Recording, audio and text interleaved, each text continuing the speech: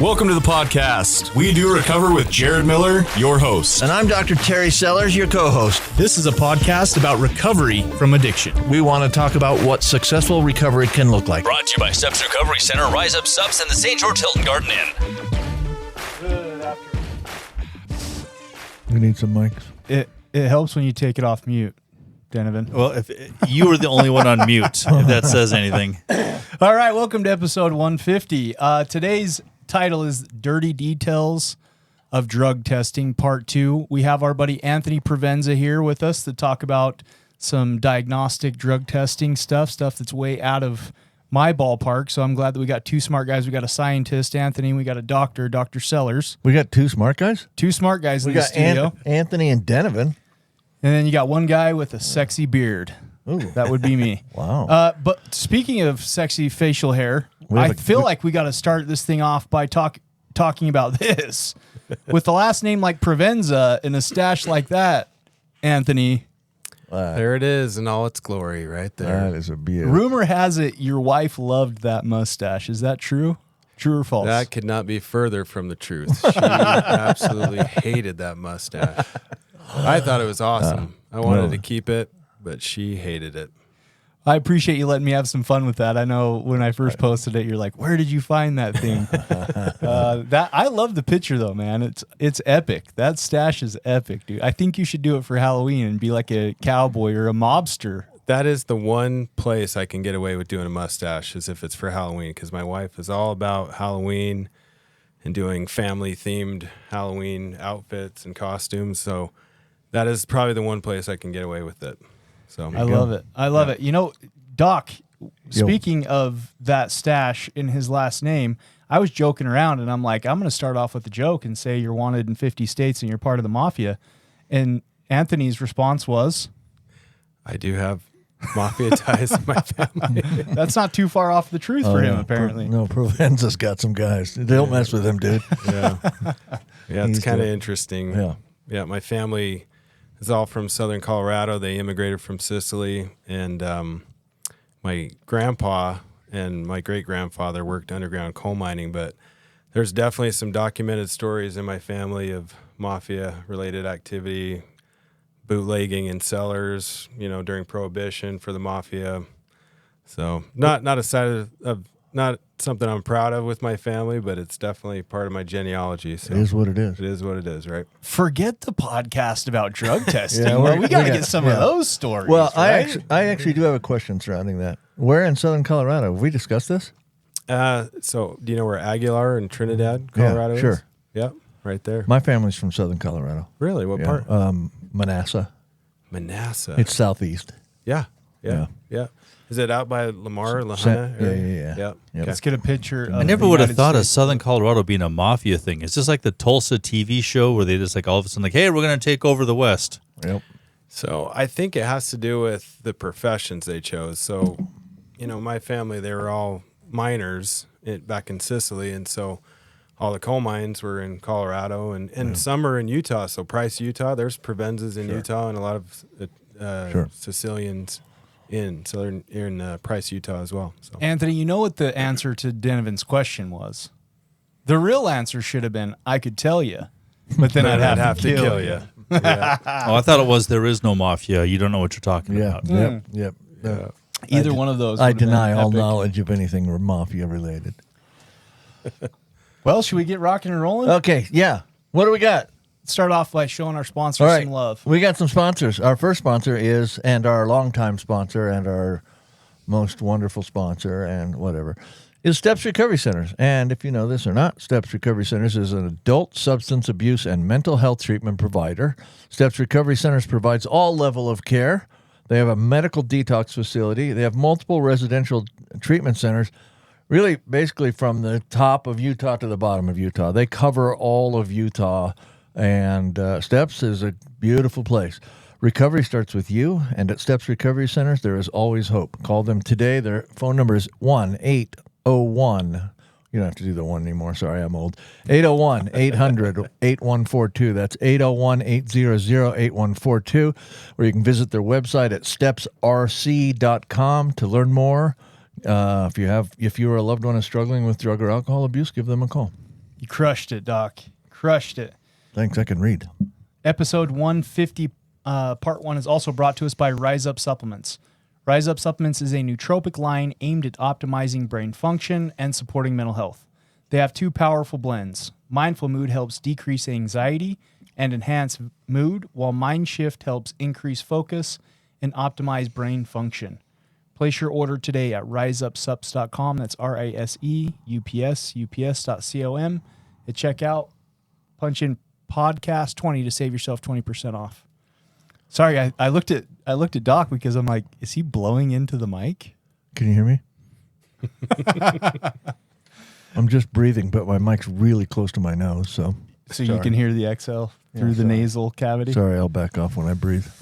Or I'll hold my breath for the next 50 minutes. Do you want to take the new and goods? You want to dish out some rounds? we have been known to do a segment called New and Goods, and we can start with that. I'm going to start. I'm going to start though, because mine actually isn't necessary. I do have a new and good, but I want to start with something before new and goods. Okay, let's get it. Something near and dear to my heart. I have had 2 really good friends whose lives have been touched and ruined by suicide this week. And I'm talking very close friends. And this is a topic we deal with in mental health all the time. This world is getting tough. It's hard to put one foot in front of the other some days. And I'm a little off as I think about this, and I'm very good at compartmentalizing stuff, so I'm not always off. But right now, I'm just really kind of devastated by some things that I've heard and some things that have happened to friends of mine recently. And I just want to put this out there as sort of a mini public service announcement. There's always hope, and there's always help.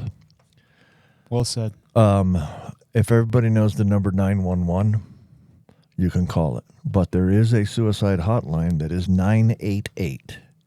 And if you are thinking about that at all, please dial 988 or reach out to a friend for help. That's where I wanted to start. We can move to something slightly lighter now. But it's just been tough. Been tough this week. Yeah. Man. Okay. New and goods. Jared Miller. Let's start with you. What is new and good in the world of Jared Q. Miller? My middle name's Q, apparently. Yep. I don't know if you knew that about me. Well, everyone's nice to meet you. Everyone's middle name is Q. You know my friend Mark Pepper? Yeah. Mark Q. Pepper. Is it? For sure, yeah. Sweet, I love it. New and good for me is... So this upcoming June 8th, I'll be emceeing Talent in the Park. Oh, yeah. Which has Joe Nestor and Kalichi that we have interviewed on this podcast. These guys are awesome. Yeah, me and Doc had the opportunity to MC an event down here in southern Utah last year. This year, June 8th, starts at noon, Talent in the Park. Joe Nestor will be there and Kalichi will be there. I'll be there emceeing. I hope if you are in the Ogden area, be at the Ogden Amphitheater on that day. I also got something pretty fun that's coming up. On Wednesday, I'm taking my wife and my mother to Hawaii. That's awesome. What? Yeah. Yeah. Where are you going? Honolulu. Hawaii's the coolest place ever. Yeah, man. I'm excited. Have you ever been to Hawaii? I haven't. Well, you're going to just love this. Yeah. That's beautiful. So that's my new and good, baby. Life's good these days. Anthony, anything new and good in your world? Yeah, I had a really cool experience today. I was out working here in St. George and stopped in at a clinic, and I was just waiting in line to talk to an office manager, and this gentleman started talking to me as I was standing there, and he was like, "So are you a drug rep?" And I was like, "No, close. I do sales for a laboratory." And he was saying, "Well, do you do a lot of catering and bringing in food and lunch?" And I was like, "Yeah, I do all the time." And he's like, "Have you ever eaten?" You're like, "That's how I get in the door." Right, exactly, right? Free food. But he was asking me, he said, I have a restaurant. It's called Mad Pita Express. Have you ever eaten there? And I was like, "No, I haven't." He was like, "Let me buy you lunch." And so he hooked me up with a ton of food. Like he sent me over there with the salad, with chicken, Mediterranean salad, fries. He even got me a dessert and a drink. And so... Did he write on the card, "Let this dude try everything on the menu"? Pretty much. Yeah. Sweet. Yeah, it was really cool. And so I want to give a big shout out to Mad Pita Express here in St. George because they do a great job. Love it. There you go. Sean. Yes, sir. What's new and good in the Denovan world? It's been a few weeks, so I know. actually, I'm heading back home to San Jose for my dad's funeral. So that's sorry to hear that. yeah. Sorry. So we talked about that before. But all things are good. Mom's good. Everything's fine. And then I leave for Alaska a week after that. 3 weeks on my motorcycle. That'll be some good therapy for you. Yeah, Prudhoe Bay, northern Alaska. Prudhoe Bay. Wow, I've heard of it. Yeah. Never been Just there. on a motorcycle? So Are you going to be just- doing anything else? Avoiding bears. That's usually good. Yeah. So yeah, it's I'm getting the bike fine tuned this weekend with extra gas and water and everything else. So yeah, Is it a solo trip or are you taking Mrs. Denovan? I'm not taking Mrs. Denovan because I Okay. want to have a good time. I mean, what? Sorry. I Is this thing on? What happened? I'm hoping she's not listening. And then the guy who actually talked me into this called me 2 days ago and said I'm not going. Oh, Wow. So I was following him. He was making all the plans. I was just going to be the tag along. So now I'm tasked with. is it a totally solo trip now? Well, from here to British Columbia, yes. And then I'm meeting some people, I think, in British Columbia. Unless they cancel, right? Yeah, if not, I'm going to Florida. Okay. I'll go the other way. Peace be the journey, my There you friend. go. So either way, yeah, adventure awaits. Very nice. There you go. I led with a downer. Ask me what's new and good in my world. Hey, Terry, what's new and good in your world? I just got back from Florida. I went to Florida with my brother, I grew up in Florida, and so we went to our hometown, and we just did all kinds of fun stuff. We played some golf. We went deep sea fishing. We went to the best steak restaurant I've ever been to, and it's a very expensive restaurant. I don't know if I told you this or not, but as everyone knows, I don't drink at all. Really never have, but I don't drink at all based on my recovery status and my membership in a certain church. But they had a wine menu. At the end of the dinner, they give you a tour of the wine cellar. And there was one particular bottle of wine in the wine cellar that was enclosed in its own case, and it comes with a crystal carafe or whatever you call those, decanter. I don't know what they are. I'm not that fancy. $174,000 for one bottle of wine. Wow. And they had Yeah. multiple bottles on Meh. the menu that were over $30,000 a bottle. Yeah. Yeah. Needless to say, thankfully I don't drink, number one, but number two, I wouldn't know the difference between a $5 bottle of wine and a $174,000 bottle of wine anyway. But Even if I was a It drinker, was- that's way too much. it was For all of our alcoholics that's that are just listening, crazy you're welcome money. for the trigger on the. Oh, come on! I don't Just drink. I mean, I didn't. They just toured the wine cellar. So, That's crazy. all right. Well, shall we? Yeah, let's do it. What do we got here? Episode. What number are we on? Episode 150. 150. That's a stock 8 iron right there, isn't it? Not for you. That's probably a 9 iron for you, but that's kind of a stock 8 for me. New and good. I also knocked a eagle in the hole from 142 this week. Oh, nice. Yeah, just dunked knocked it. in her second shot. Yeah. That's awesome. We'll see if he backs that up today and tomorrow, right? Oh You no, got some I golf to do. won't hit anything today. But So, Anthony, last time you were on here, we talked about the dirty details of drug testing, and it was a lot of like payer information. It was right. It was a lot of stuff that maybe today we want to take a little bit of different approach. Right. I'm hoping to maybe talk about like for family members out there who are drug testing their loved ones at home for some additional accountability, for treatment providers who are looking at different companies that do drug testing, some of that type of information. Okay. Where do you want to start?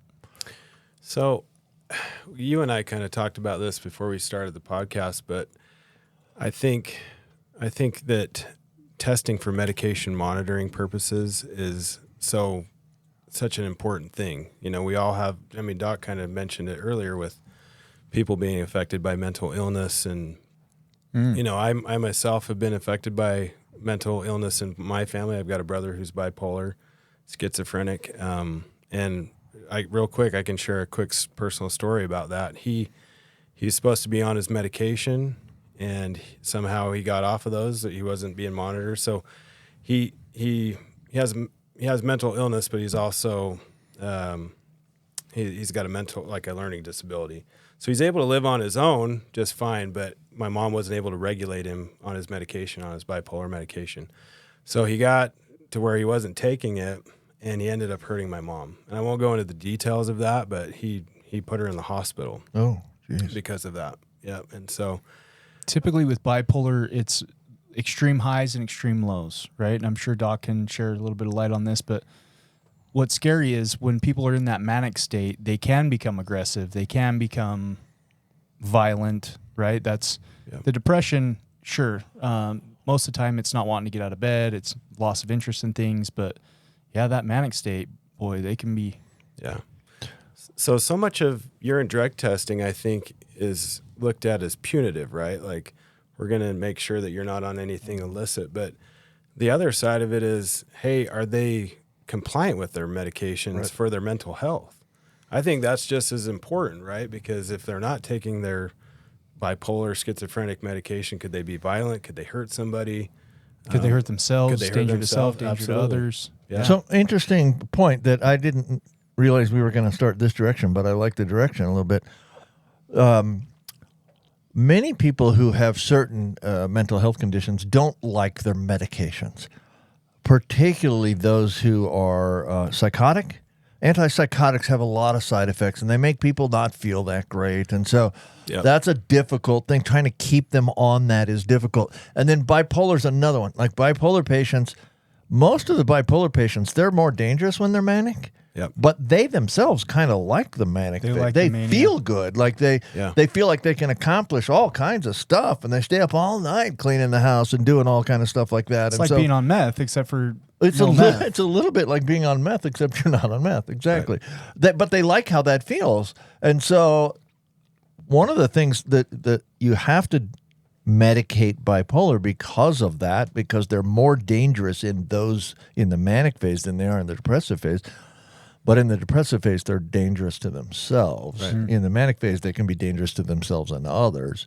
Yep. And so medication monitoring for that is an interesting sort of thing that when we mention drug testing on a podcast, which has mostly been about addiction, we're talking about monitoring for illicit substances and drugs of abuse and that sort of stuff. But there's another side of that, and that is monitoring for compliance to treatment. Yeah, for mental health. I shared this with Anthony. One of the things that we've implemented at Steps is we have a contract that you sign if you consent for treatment, that if you are prescribed an antipsychotic or any mood stabilizing medication, that could be antidepressants, antipsychotics, right? We do medication management where you agree that you will take the medication in front of staff and you will sign for the medication because it's a big deal, right? Like I shared with him before that went into effect. I mean, we had people that were reporting that they were seeing corpses on the floor and people were throwing chairs at people, right? Like it can get real sideways real quick if people who need medication are not on their medication. However, even with that type of screening, even with the medication management and a contractual agreement that they will take their meds, listen, people cheek their meds, spit them out later. Right. Sure. Yep. So what you're saying is you have a definitive test to say if they're taking this medication, it's in their urine. Yeah. Our panel is very extensive with precision diagnostics. We test for SSRIs, we test for benzos, we test for antipsychotics, antidepressants. And so, who are we? Sorry, who? Precision Diagnostics. Okay. Did he already say that? He did. That's okay. I apologize. Yeah. It's okay. That's the lab I work for. So, we have a very extensive panel. I mean, obviously, we have the illicits. We have your heroin, cocaine, methamphetamine, all the illicits. And we got some new ones that we can talk about, too, that we just recently added that we're starting to see pop up. But really, for the medication monitoring, and I think we talked about this last time with the metabolites.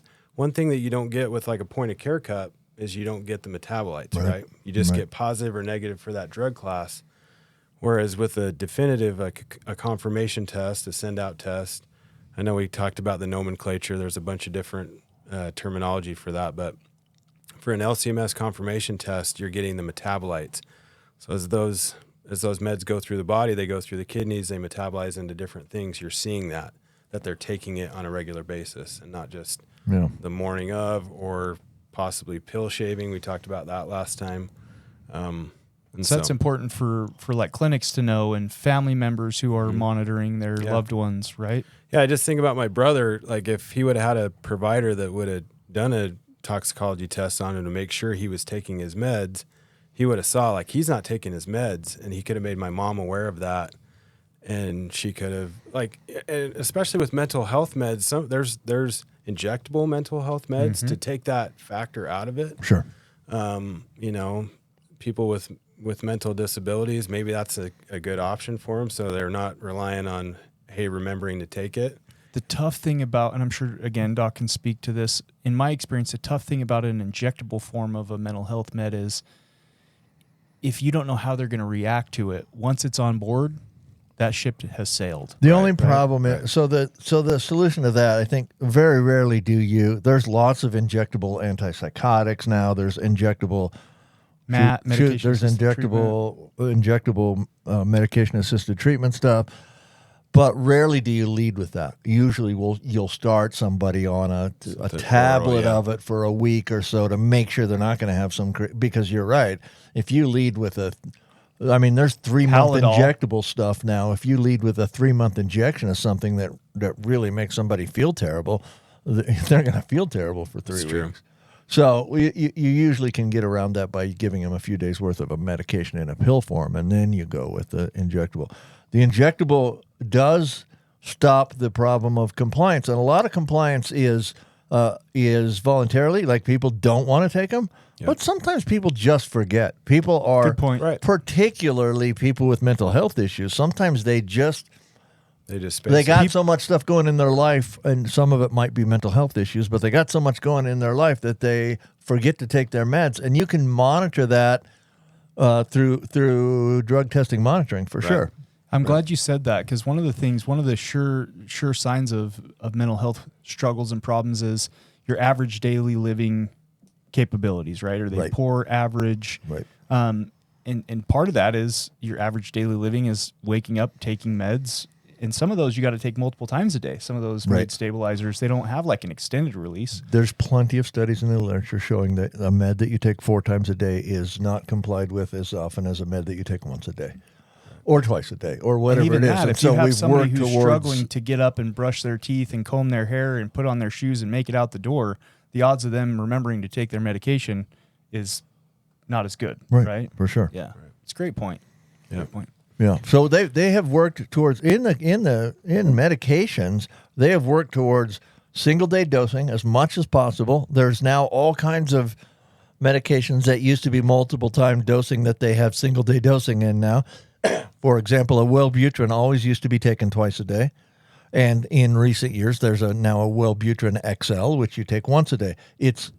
People are much more compliant with that than they are to the twice a day dosing. Not on purpose. It's just an accident. Right. We're just humans. We forget to take it. Yeah. Yep.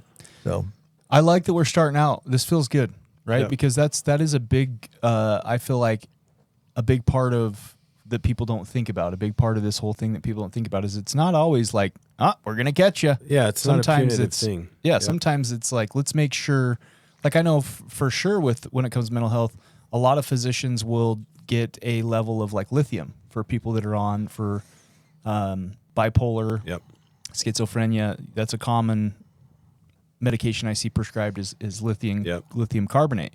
And so they want to make sure that they're testing and getting an accurate level.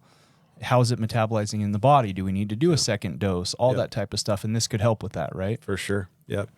Yeah. I like you said, drug testing shouldn't be, in certain cases, I guess it is punitive. If you're in a treatment program, you're wanting to make sure that you're not on anything illicit. But the whole point of a drug test, a urine drug test, is what are we going to do with that information now? How are we going to treat the patient? How are we going to treat the client? What are we going to do? What changes are we going to do to help this person to progress? Not kick them out of the program. Right. Like they're there for a reason, right? We're trying to help them to get better and overcome the disease. So that's the important thing to remember. You know what's funny about that? Our time in this segment. Yeah, I have a quick little story about that we'll get back to. And I don't even really like calling it punitive as much as I think of it as, like I've heard Dr. Sellers say before in the past, That's how we monitor their disease. Yep. Right. That's how you monitor how well someone's doing. But you're leading into it's a great point. Just because, let's say somebody does have a positive doesn't mean we're going to kick them out of the program because of that. We just need to see what the level is. Yeah, we'll get back into it after this short little mention from our sponsors. We appreciate you listening to episode 150, The Dirty Details of Drug Testing.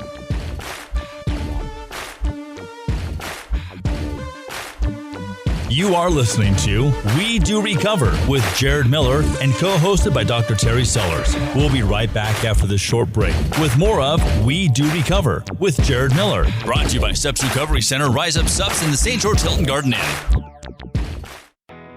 If you or your loved one is trapped in the cycle of addiction, there is a way out. At Steps Recovery Center in Utah, we believe in second chances and new beginnings. Our evidence-based treatments, compassionate staff, and supportive community guide you on the path to recovery. It is time to reclaim your life. Take the first step towards freedom, resilience, and a brighter tomorrow. Reach out to Steps Recovery Centers today.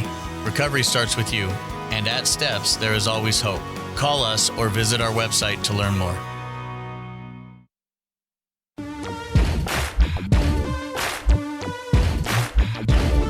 We welcome you back to We Do Recover with Jared Miller, co-hosted by Dr. Terry Sellers.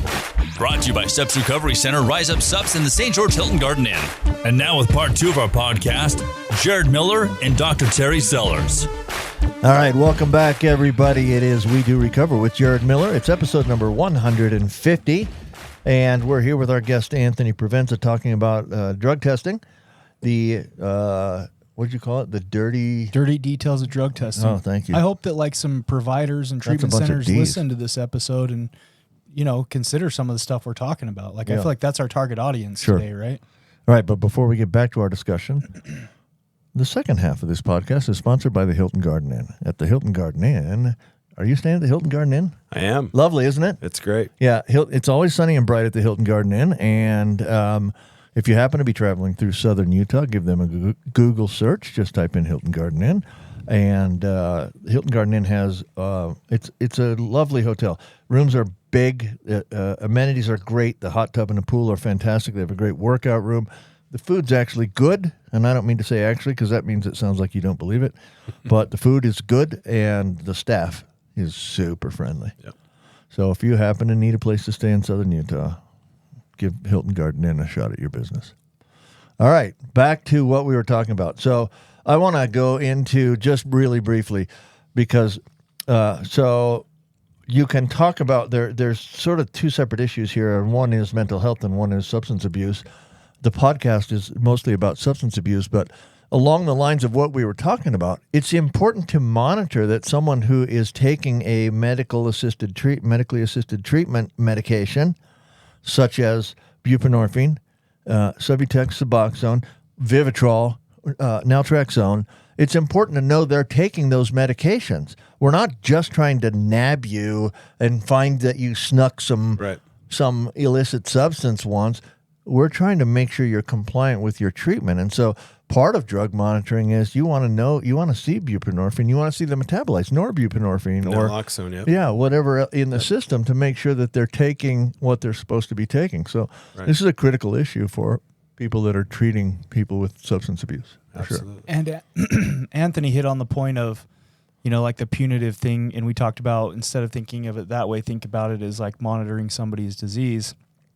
I actually had a federal prosecutor call me about a client at one point of my years of experience working in this field, and he had found out that we had administratively discharged this individual, and he was like, "Well, is it because I need you to send me his drug test? Is it because he was using?" And I said to him, I said, "No, actually, we don't kick people out for using. We kick people out for violence and sex. Like those are the non-negotiables, right? Like." Yep. If you have a relapse, typically, again, we want to send it to the lab. We want to get some numbers on it. We want to know, are you going to be safe? Can you stop on your own? We really are there. You don't have to, we want you to be abstinent. That's the goal, but we're willing to work with people. Right. And this type of technology allows us to know if all you had was a POC cup, all you know is yes or no. Right. That tells you very little information, and we're going to get into some of that. Yeah. Versus if I send it to a lab and I can get numbers on it, let's say Johnny or Susie uses marijuana.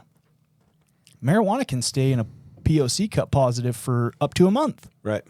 It's So- a slow metabolizing compound because it's lipophilic, so it attaches to the fat cells. So you could have a positive THC test. Like you've probably heard stories of criminals in prison working out. They don't have access to marijuana, but they continue to test positive for marijuana because it's coming out of their system. Yeah. So if I'm monitoring Johnny or Susie's treatment and I'm reporting to courts, probation officers, federal prosecutors, right? And if I say to Johnny or Susie, hey, you've had a positive drug test, we need you to get clean. And 2 weeks later, they're still testing positive, and I don't have any numbers to know whether that's going up or going down. Right. I could make a real bad call real quick. Yep. That could ultimately affect somebody's life if they have a prison sentence or jail sentence hanging over their head. Yeah, let's get it. I did want to talk about that because there's a couple different factors with. So one nice thing about Precision is we give you the previous 5 results on our report.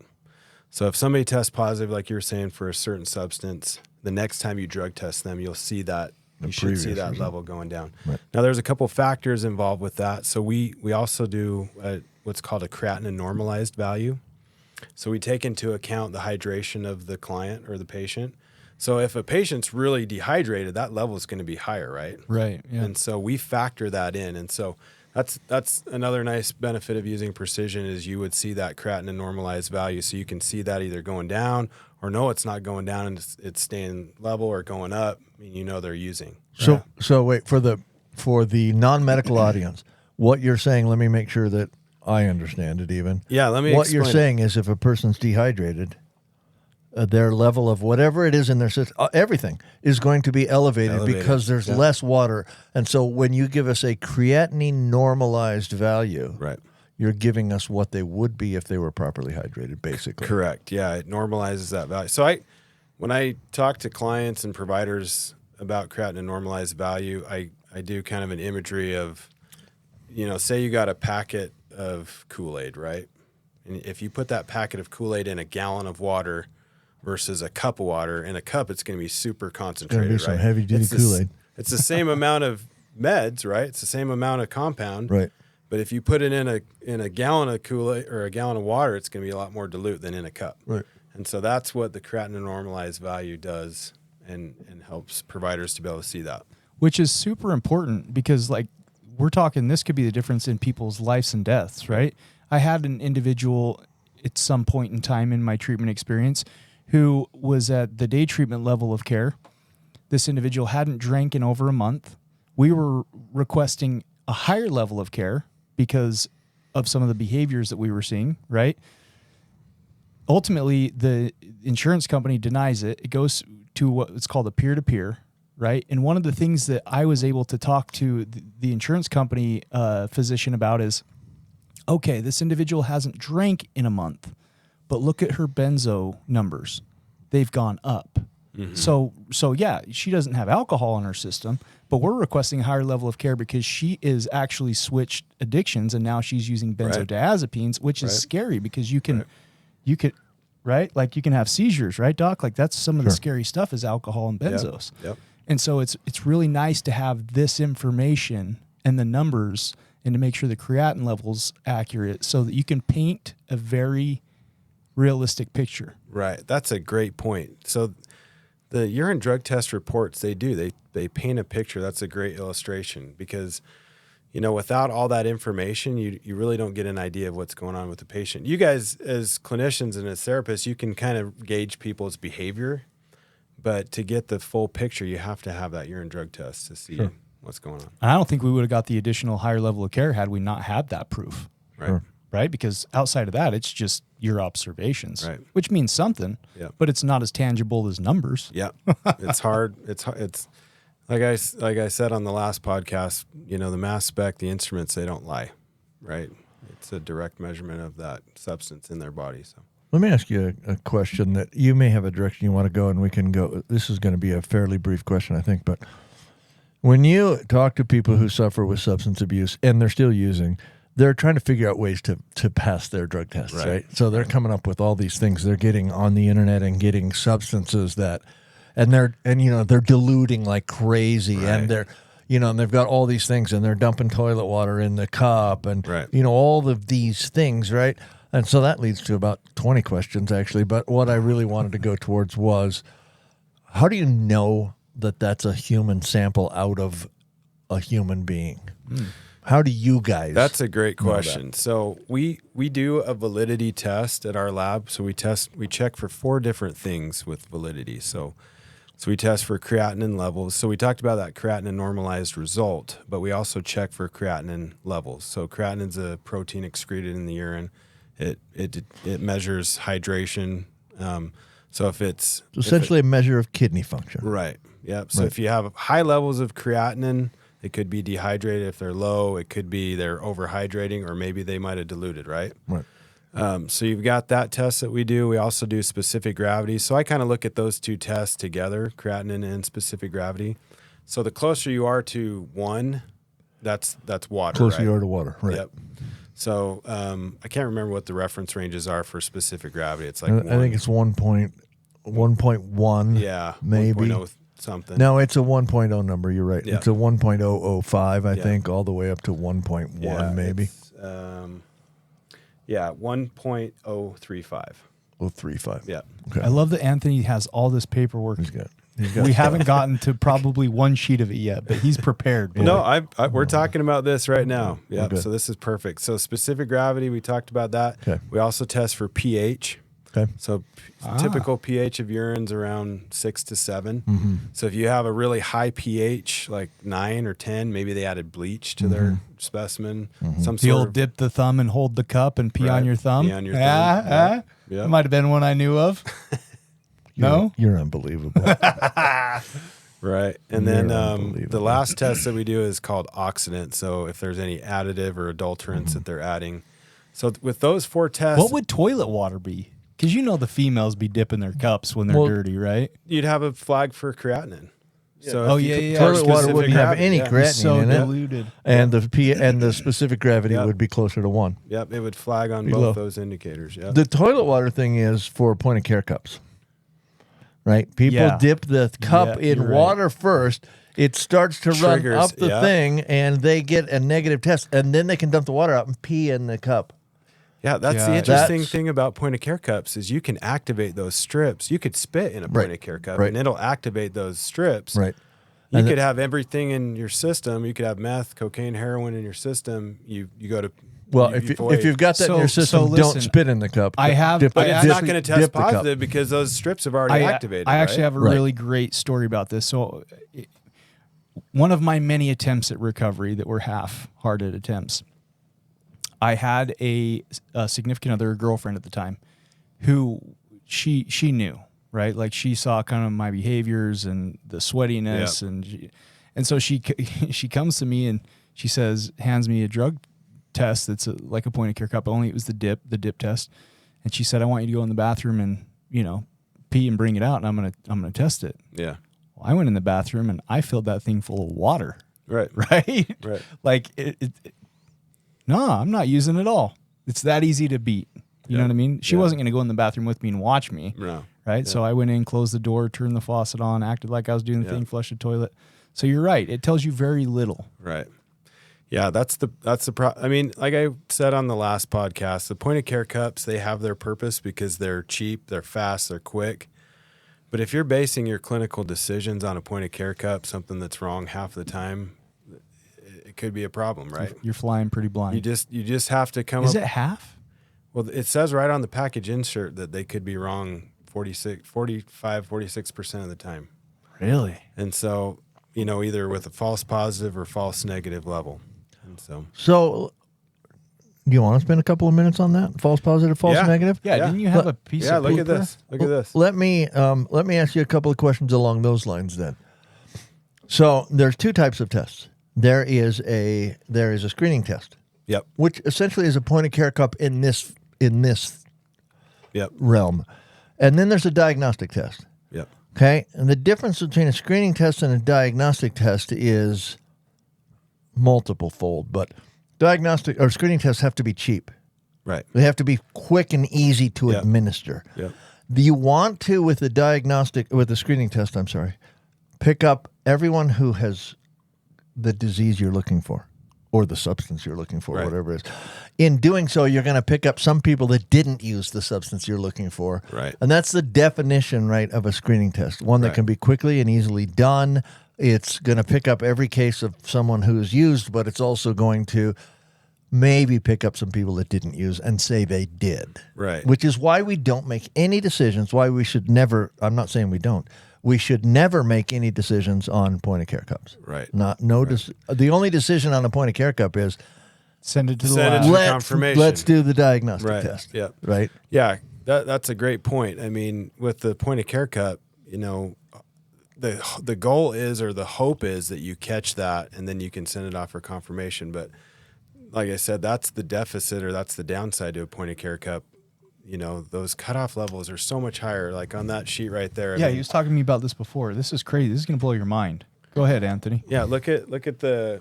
I can't remember what it says as far as the cutoff levels go for the. There's two. So we have a 6-panel test, and let's use amphetamines as the example. A 6-test cup, the cutoff is 1,000. Yep. A 12-panel test cup, the cutoff is also 1,000. A desktop analyzer is also 1,000. Yep. A next-gen precision urine screening is 25. Yep. Industry standard urine is 100. So your guys' is going to pick up even Right. very small Yep. levels, Yep. which you wouldn't get on a 6, a 12, a desktop, or an industrial. Industry standard. So I think Or, we yeah, talked sorry, about this industrial, last time. industry. Industry standard, those are typically that's the mass specs that other laboratories use, which they're good instruments, right? They're mass specs. They do what ours do. Our instruments are on average 30 times more sensitive than industry standard. And so if you're basing your clinical decisions off a point of care cup, look at the difference, 1,000 versus 25. Right. So if they're taking small amounts, you're never gonna pick that up, and you would never do a confirmation because you just assume it's not in their system. Well, and some of these are actually like medications that we talked about before, right? And so if you prescribe a low dose of the tricycle antidepressants, Yep. like the Does that make the little things you used to write as a kid, does that make them not depressed? tricycline, is that Tricyclic, yeah. tricyclic? No, yeah, that's what I was thinking. Tricycle, of, is it tricycle. antidepressants, yeah. Yeah, it's making me happy just thinking about Right. it. It works. Let's get on a tricycle. Okay, so the 12-panel test, the cutoff is 1,000 versus the precision urine test, it's 10. Right. That gives you a lot more insight. Right. Yeah. Our instruments on average catch 30% more true positives. So I didn't really get into the details of why we did that. I might have touched on that last podcast, but Precision back in 2015, they did this study, and the goal of that study, I experienced this as a scientist. I used to get calls all the time from providers. They'd say, this patient swears they're taking their meds. Like, can you verify that it's not in their system? So I could go back and look at the raw data, like on the mass spec, and I could see a peak there, basically a response from the instrument saying it was positive, but it was below the cutoff level. So legally, the lab cannot tell you what that is. Right. They'll get in trouble. Right. If you report out values below your cutoff level that you're validated for, you'll lose your license. You're just gone. guessing. Yep. Because you don't have the correct data. Right. Yeah. So what Precision did, I got those calls from providers all the time. So what Precision did was they're like, instead of using these cutoffs, so these cutoffs were established by SAMHSA back in the 1980s. Sure. So they're pretty archaic. I mean, technology's changed leaps and bounds since the 1980s, right? Sure. And so the goal of that study was like, well, let's see, everything in life falls on a bell curve. Urine drug testing is the same way. So halt right there, though, because I want to talk about that for 1 second. If you took 1,000 people using, let's say, amphetamine, and you looked at all the urine samples, that every one of those would fall on a bell curve. Right. Every one of the people using would fall on a bell curve, right? And then if you took 1,000 people that were not using amphetamines, those values would also fall on a bell curve. Now, the bell curve would be shaped differently, and it would have a much lower peak, but it would still be a bell curve because there are some cross-reactive substances, let's say. And so it'll all be a bell curve. And these tests now, somebody has gone and just determined that right here, and they do that because They want to pick up everybody that use. Right here is our cutoff. They just decided that. Like, that's not. There's no rhyme or reason to it, right? Sam should decided these cutoffs, and I guess at the time maybe they were applicable. They were right then, probably. Technology has changed leaps and bounds. So that's what the whole goal that Precision did, was to find out where that lower end cutoff should be at, because they were missing positives on that lower end. We saw it on the bell curves. It was, I think, out of the analytes that they did the study with, there was over 30 some analytes that we adjusted that cutoff because we were missing that lower end. And so, what that does for providers, an example I like to show providers is clonazepam. Industry standard for clonazepam, the cutoff is 50. Ours is 5. At a cutoff of 50, you'd have a 94% false negative rate with clonazepam. So you could line up 10 patients on the wall, give them each a clonazepam, do a urine drug test on them, a confirmation test on them. 9 out of 10 of those would show negative because the cutoff's too low. Right. They're taking it, but it's just not registering because it's below that cutoff. Right. Hopefully that makes sense to the audience. I know. Yeah, like you're going to pick it up at a 5, where most tests pick it up at a 50. Yep. Yeah. So it could be in their system. So the 50s are going to miss a bunch of people that are taking clonazepam or whatever substance. They're going to miss a bunch of those people. And the design of a screening test is to miss that many people, to miss 0. Sorry, it's a podcast. I can't hold up a 0 and have the audience know what I'm saying about. But the design of a screening test is to miss nobody that's taking that. Yeah, a confirmation test, yeah. Well, a diagnostic test, you don't want to miss anybody. You're going to, but you don't want to miss hardly anybody that's taking it. Yeah. But in doing so, you're going to pick up some people that aren't taking it. Yeah. In the confirmation test, you don't want anybody not taking it to be picked up as taking it. Yeah. Here's a topic I'm interested in. I worked in this field for a number of years, nowhere near as long as Doc, but I've worked in it for a couple of years. Clients are constantly trying to find mind-altering substances that are not screened for. Have you run into any of that? That's a great topic. Segue. I love it. That's a great topic. Yeah. Thanks. So we love it. With Precision, we try to stay as up to date with our panel as possible. So we just recently added some new substances to our panel that we're starting to see out and about. What have you added? Xylazine? So xylazine, yep. Yep. What is xylazine? Xylazine is the old, well, it's not old, but if you, 2 years ago in Park City, Pink. It was called Pink. No, that's a different one. That's U4770. Oh, you're right. That's a fentanyl analog. Yep. Xylazine is this new drug. It's referred to as Trank out on the street. Oh, it's basically a tranquilizer. Yeah. So it's diverted from veterinary clinics, and they cut it with fentanyl. So they also cut it with fentanyl as well. Because everything's cut with fentanyl. Right. These days. Yeah. So, I mean, you've probably seen the videos of people out on the street, but they look like zombies. They're walking around like The Walking Dead. Really? Basically. Yep. That's becoming more popular? It's really hit the east and west coast. I don't know how much it's really come into Utah Yeah, yet. we're not seeing much in Utah. Maybe I've been out of the game for too long, but that doesn't even sound fun to me. Not that using heroin was fun, but xylazine, you mean tranquilizer. passing out in your plate of spaghetti was fun? Okay, valid point. What else we got? What But else is on right? the horizon? It's a high and it's a euphoria. Right. Well, and if you can beat a drug test, I could see why people would try to do it, right? Because you're constantly trying to play cat and mouse, and it's like, what are you here for then? We're here to help. We're not. Right. Yeah. But it is a problem, right? Because, clients are smart. They start to figure out, hey, this is what I'm taking, and it's not showing up on a drug test. Right. Especially the ones that are externally motivated, a.k.a. they are mandated to treatment. Right. In other words, they don't, on their own, want to stop. They just want to get the man off their back. Right. Yeah. Okay, what else you got that's new? So isotonazine, that's another one. It's a synthetic opioid.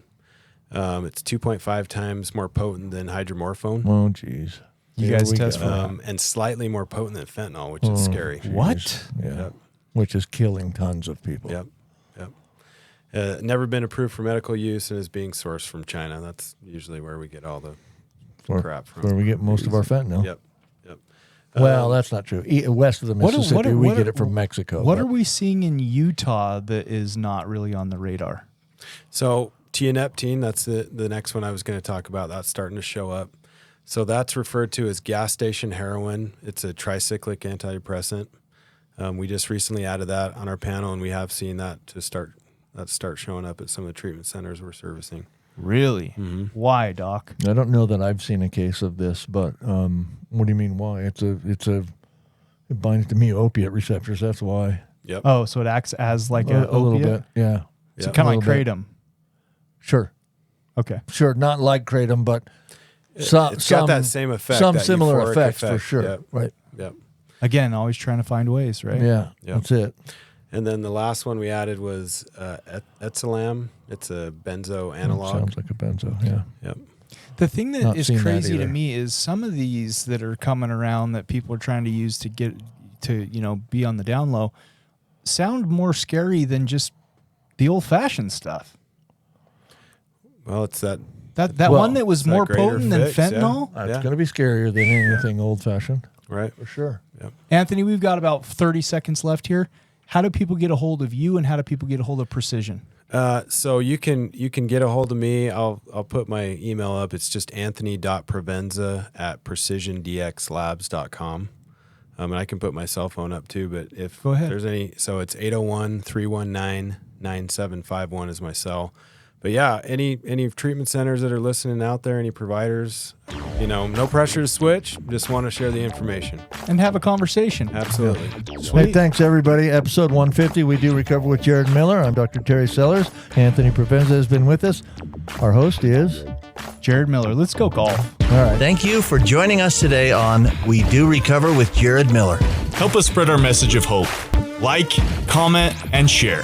If you have any topics or ideas for future shows, please share that on our Facebook page. That Facebook page is We Do Recover with Jared Miller. If you or a loved one needs help, please reach out to us. Again, thank you for listening. Brought to you by Steps Recovery Center, Rise Up Subs, and the St. George Hilton Garden Inn. The views and opinions expressed on this podcast do not reflect those of its sponsors. This has been a production from a podcast studio.